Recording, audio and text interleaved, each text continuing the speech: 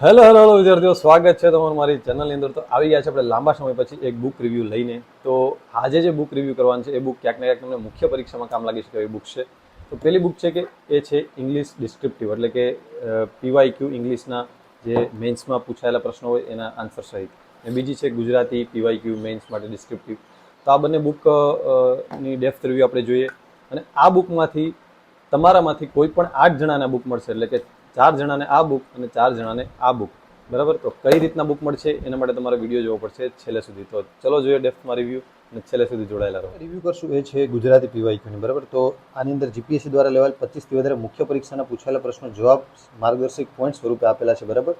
અને અંદર શું છે આપણે ડેપ્થમાં જોઈએ. બરાબર? ત્યારબાદ ટોપિક પૂછાઈ શકે તેવા ટોપિકના પણ સમાવેશ થઈ ગયો છે. તો આ કેમાં કામ લાગી શકે? તો કે જીપીએસસી CC જેમાં મેઇન્સ આવતી હોય અને ગુજરાતી વર્ણાત્મક આવતું હોય એના માટે આ કામ લાગી શકે છે. તો ચલો આની અંદર જોઈએ કે કઈ કઈ વસ્તુ આપેલી છે. પહેલાં તો આ બધી આની અંદર પરીક્ષાઓમાં પૂછાયેલા પ્રશ્નોનો સમાવેશ કરવામાં આવ્યો છે. બરાબર? અને આ એનો સિલેબસ છે. આ સિલેબસ પ્રમાણે તમને જે બુક હોય તો એ પ્રમાણે બુક લઈ શકો. આટલા ટોપિક છે 9. બરાબર? તો કઈ રીતના છે આપણે જોઈએ. તો નિબંધ લેખન પહેલાં તો શું છે, કઈ રીતના લખી શકાય એના વિશે વાત કરી છે. વિષય પસંદગી, રૂપરેખા કઈ રીતના તૈયાર કરવી આખી. અને પછી ચાલુ થાય છે કે આદર્શ માળખું કઈ રીતના હોવું જોઈએ. મુખ્ય ભાગ, પહેલાં પ્રસ્તાવના, પછી મુખ્ય ભાગ, પછી એનું સારાંશ, એ રીતના હોવું જોઈએ. તો આની અંદર નિબંધ છે ડેમો નિબંધ તરીકે નથી આપેલો કે ભાઈ એક માર્ગદર્શક પોઈન્ટ, એટલે કે રેડી ટુ યુઝ ફ્રેમવર્ક તરીકે આપેલું છે. જેમ કે કોઈ પણ અલગ અલગ એક્સપેક્ટ તૈયાર થયા આની અંદર. જેમ કે નવા ભારત અને સ્માર્ટ સિટી વિલેજનું યોગદાન. તો પ્રસ્તાવનામાં આપણે શું લખવાનું છે એ પોઈન્ટ્સ આપેલા છે કે શું લખી શકાય. પછી સ્માર્ટ વિલેજની લાક્ષણિકતાઓમાં કઈ કઈ વસ્તુ લખી શકાય. તો આ બધી વસ્તુ લખી શકાય. આનાથી શું થાય કે અલગ અલગ દ્રષ્ટિકોણ કવર થાય આપણા. અલગ અલગ ઓલા ડેમોની અંદર આપણે એક જ ડેમો હોય તો એ ડાયરેક્ટ વારે આપણે ગોખી નાખીએ એટલે એ પતી ગયું. આની અંદર અલગ અલગ વિચારો અને અલગ અલગ કીવર્ડ્સ જાણવા મળે. તો આ કીવર્ડ્સ અને પોઈન્ટ્સ સ્વરૂપે આખું આપેલું છે કે કઈ રીતના આવો પ્રશ્ન પૂછાય તો એમાં કયા કયા પોઈન્ટ્સ લખી શકાય. તો એ એક સારી વસ્તુ છે અને ખૂબ નાની એવી બુક છે. આ બુકના પેજ નંબરની વાત કરીએ આપણે તો પેજીસ છે, પાછળ નોટ્સ આપેલ છે. પેજીસ છે આના અહીંયા નથી લખેલા પેજીસ, 212 એટલે 213 જેવા પેજ છે. તો આપણે જોતા હતા નિબંધ. તો નિબંધની અંદર આવી રીતના નિબંધો કઈ કઈ અર્થતંત્ર, જો આ એવું લાગે તો કે આરામથી સ્ક્રીનશોટ, મતલબ કે પોઝ કરીને સ્ક્રીનશોટ પાડી જોઈ શકો કે કઈ કઈ હોઈ શકે. આમાંથી અલગ અલગ પ્રકારના અલગ અલગ વિષય પર નિબંધ લખવાના હોય તો આપણે એમાં કેવા પોઈન્ટ્સ લખવા એની માહિતી સરસ મજાની મળી જાય છે. તો નાની બુકમાં ઘણું બધું કવર થઈ જાય છે. બાકી આટલા જે ડેમો આપણે આપી દઈએ બધા તો બહુ લાંબુ થઈ જાય અને એક જ તમને પેલું લાગે કે ભાઈ દૃષ્ટિકોણ લાગે કે આ દૃષ્ટિકોણથી જ લખવાનું છે. પણ આની અંદર તમને અલગ અલગ વસ્તુ પણ ખબર પડે. પછી આ પૂછાઈ શકે તેવા સંભવિત બધા આપી દીધા છે. તો એમાંથી તમે જોઈ શકો છો. પછી વિચાર વિસ્તાર છે. વિચાર વિસ્તાર પહેલાં કઈ રીતના એનું માળખું હોવું જોઈએ, પહેલાં તો કઈ રીતના આદર્શ લખવું જોઈએ, માળખું કઈ રીતના હોવું જોઈએ, અર્થ પહેલાં લખવો, પછી ભાવાર્થ લખવો, પછી સાર લખવો, પછી ચાલુ કરી દીધું છે. બરાબર? તો જો અહીંયા વિચાર વિસ્તાર લખે એટલે પછી એમાં કેવું છે કે પહેલાં કાવ્યપંક્તિમાં કઈ વસ્તુ લખી શકાય કે આવું શું જોવા મળે છે. પછી ઉદાહરણ કયા કયા પ્રકારના લખી શકાય, અલગ અલગ પ્રકારના ઉદાહરણ તમારી રીતના લખી શકો. સંબંધિત પંક્તિઓ કેવી નાખી શકો. ડેમો તમે જો ડેમો મતલબ કે બુક, તો એની અંદર ડેમો આન્સર, તો એની અંદર એકાદ પંક્તિ તમે નાખેલી હોય છે. આની અંદર તમે વિચારી શકો કે 2-3 પંક્તિઓ નાખી શકો, 2-3 કોટ્સ નાખી શકો. કેમ કે અહીંયા 3 પંક્તિ નાખી છે, એમાંથી કોઈ પણ પંક્તિ તમે આ પ્રકારનો પૂછાય તો એમાં નાખી શકો. તો તમને એ પણ એક આઈડિયા આવી જાય.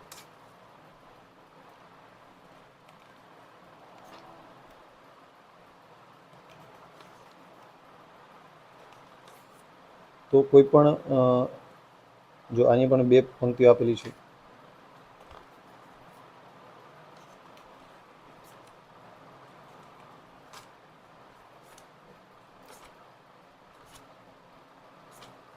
પછી સંક્ષિપ્તીકરણ છે.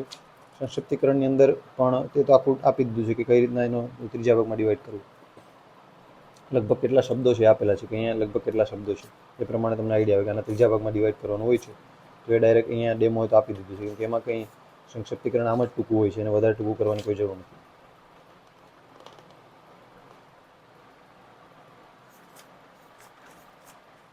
વિગત સમીક્ષા છે. તો આના જવાબો નથી આપેલા, આ ખાલી એમને અહીંયા આપેલું છે અને એના ખાલી પ્રશ્નો આપેલા છે. જવાબો કંઈ નથી અને ક્યાંથી લીધું છે એ પણ આપી દીધું છે કે આ વિગત સમીક્ષા ક્યાંથી લીધું છે. તો તમારી જાતે આમાંથી ગોતી અને લખી શકો તમે. પછી છે જાહેર નિવેદન. તો જાહેર નિવેદનમાં પણ કઈ રીતના લખવું જોઈએ, બરાબર, કેવા કેવા પ્રકારના પૂછાઈ શકે છે એ લખી શકો અહીંયા, મતલબ કે જોઈ શકો. પછી આ કે ભાઈ ઉપયોગ કઈ રીતના કરી શકાય, પછી એનું આદર્શ માળખું કઈ રીતના હોવું જોઈએ, પછી અગાઉની પરીક્ષામાં કેવા પ્રશ્નો પૂછાઈ ગયા, તો એ જાહેર નિવેદનમાં કેવી રીતના લખી શકીએ અલગ અલગ, કે ભાઈ હેતુ શું હતો. તો આપણે અલગ અલગ દ્રષ્ટિકોણ ખબર પડે કે હેતુમાં શું લખવું આપણે, એનો મુખ્ય ભાગ હોય, યોજના માટે પાત્રતા કોણ ધરાવે. તો આવી વસ્તુ એકદમ મુદ્દા બનાવેલા હોય તો તમને ડાયરેક્ટ ખબર પડે કે આ મુદ્દા લખવાના છે, મુદ્દા કવર કરવાના છે. પછી અગાઉની પરીક્ષામાં પૂછાયેલા પરથી એક આઈડિયા લગાડ્યું કે ભાઈ આ પ્રકારના કરંટ બેઝ આવા પૂછાઈ શકે. પછી પત્રલેખન છે. પત્રલેખનમાં પણ ડેમો પત્રલેખન આખો નથી આપી દીધું, પણ એમાં માળખું આપી દીધું કે અહીંયા આપણે સરનામું જે લખતા હોય એનું અહીંયા આપણે જેને મોકલવાનો હોય વિષય, સંદર્ભ હોય તો સંદર્ભ, બાકી ઉદ્બોધન આપી અને પછી ડાયરેક્ટ સંદર્ભ કરીને ડાયરેક્ટ ચાલુ કરી દેવાનું. પછી કેવા પૂછાય છે, તો આની અંદર જો ડાયરેક્ટ ડેમો નથી આપી દીધું કે અહીંયા પત્ર લખતા હોય તો આખા પેજમાં એક પત્ર સમાય, પણ આ પત્ર ડાયરેક્ટ તમને કહી દીધું કે ભાઈ કયા પ્રકારનો લઈ શકાય, એમાં કયા કયા બધા દ્રષ્ટિકોણ કવર કરી શકાય.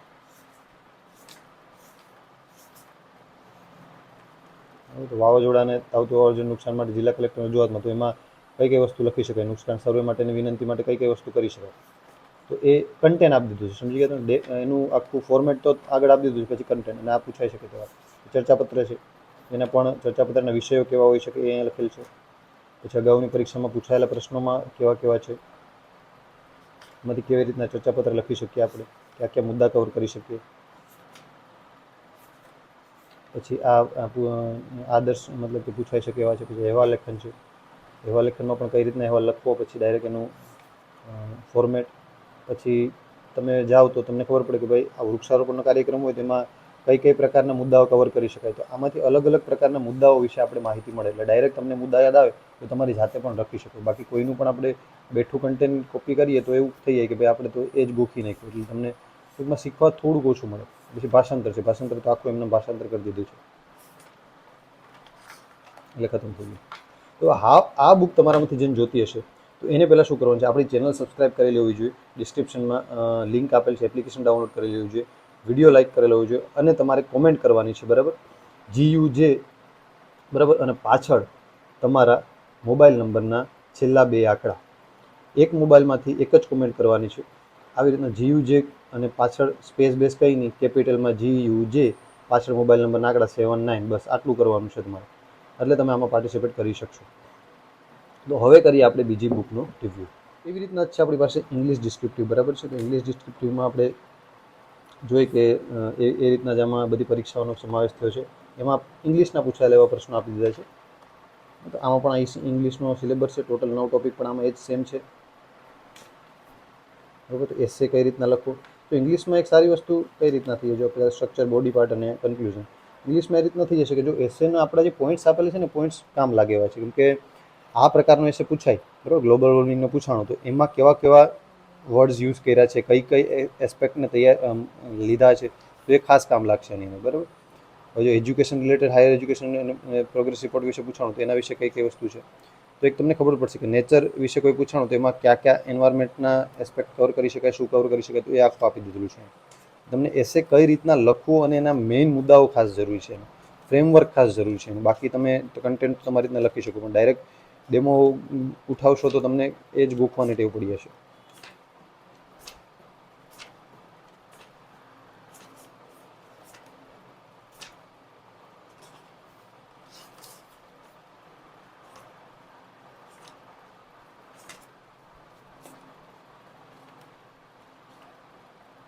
તો ઘણા બધા યુનિવર્સિટી સિવિલ કોડ વિશે પણ પૂછાઈ ગયું છે. આ બધા ઘણા બધા એસે કવર થઈ ગયા છે એની અંદર. નાનીકડી બુકમાં ઘણું બધું કવર થઈ જાય છે.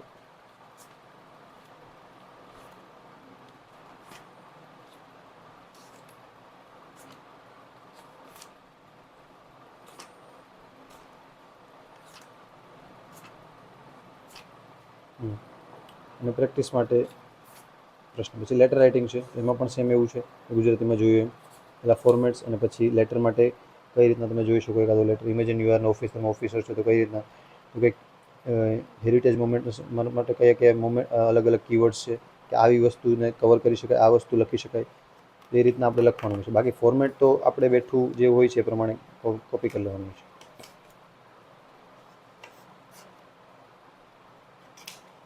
પબ્લિક અવેરનેસ કેમ્પેન છે, સાયબર સિક્યુરિટી ટ્રેનિંગ છે, એ બધું આપી શકે. આપણા ખબર પડે કે આવું કેમ્પેન યોજાયું તો તમે શું મુદ્દા, એના વિશે શું ધ્યાન આપો, તો એ બધી વસ્તુ તમે આમાં લખી શકો. અને અલગ અલગ મેન તો કીવર્ડ્સ છે આની અંદર, કે જે તમને બધા એસેમાં કામ, બધા પત્રમાં કામ લાગી શકે. પછી રિપોર્ટ રાઇટિંગ છે.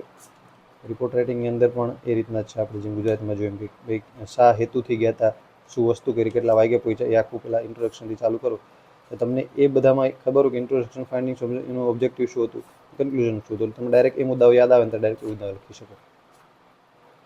Visual writing information. હવે પહેલાં ગ્રાફ પૂછતા, હવેથી ઇમેજ ટાઈપનું પૂછે છે.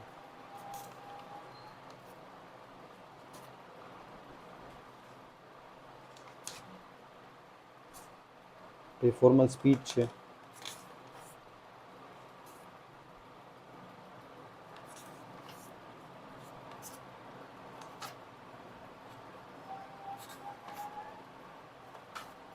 એ પ્રિસાઇઝ રાઇટિંગ છે. એમાં તો આપણે ડાયરેક્ટ ડેમો આપી દીધું છે કે આનું પ્રિસાઇઝ કઈ રીતના ટૂંકું કઈ રીતના થશે.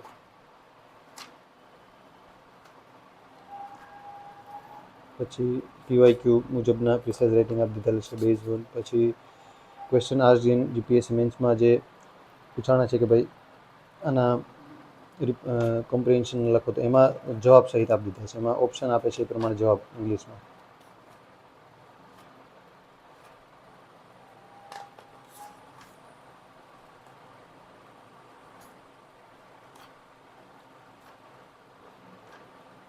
અને પછી છેલ્લે છે ટ્રાન્સલેશન.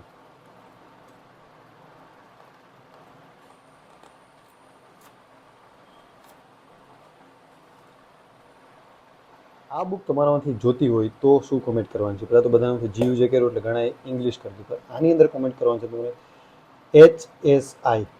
HSI અને પછી તમારા મોબાઈલ નંબરના છેલ્લા 2 આંકડા. એટલે તમે ઇંગ્લિશ માટે એપ્લાય કરી શકશો. અને જો મુખ્ય પરીક્ષાની તૈયારી કરતા હોય તો જ પ્લીઝ આ ઓર્ડર માટે મતલબ કે આના માટે ગીઓએમ પાર્ટિસિપેટ લેજો.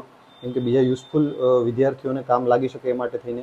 આના માટે કોમેન્ટ કરવાની છે HSI અને તમારા મોબાઈલ નંબરના આંકડા. સ્પેસ નથી રાખવાની, બસ સિમ્પલ છે. કેપિટલમાં લખવાનું છે બંનેમાં, બરાબર. અને બાકી આપણી ચેનલ સબસ્ક્રાઈબ, લાઇક કરી લેવી જોઈએ અને એપ્લિકેશન ડાઉનલોડ કરી લેવી જોઈએ. તો તમારામાંથી કોઈ પણ 4 જણાને આ બુક મળશે અને 4 જણાને મળશે ગુજરાતી ડિસ્ક્રિપ્ટિવ. અને ડેમો કોપી પણ તમને ત્યાં મળી જશે. તો મળીએ નેક્સ્ટ વિડીયોની અંદર.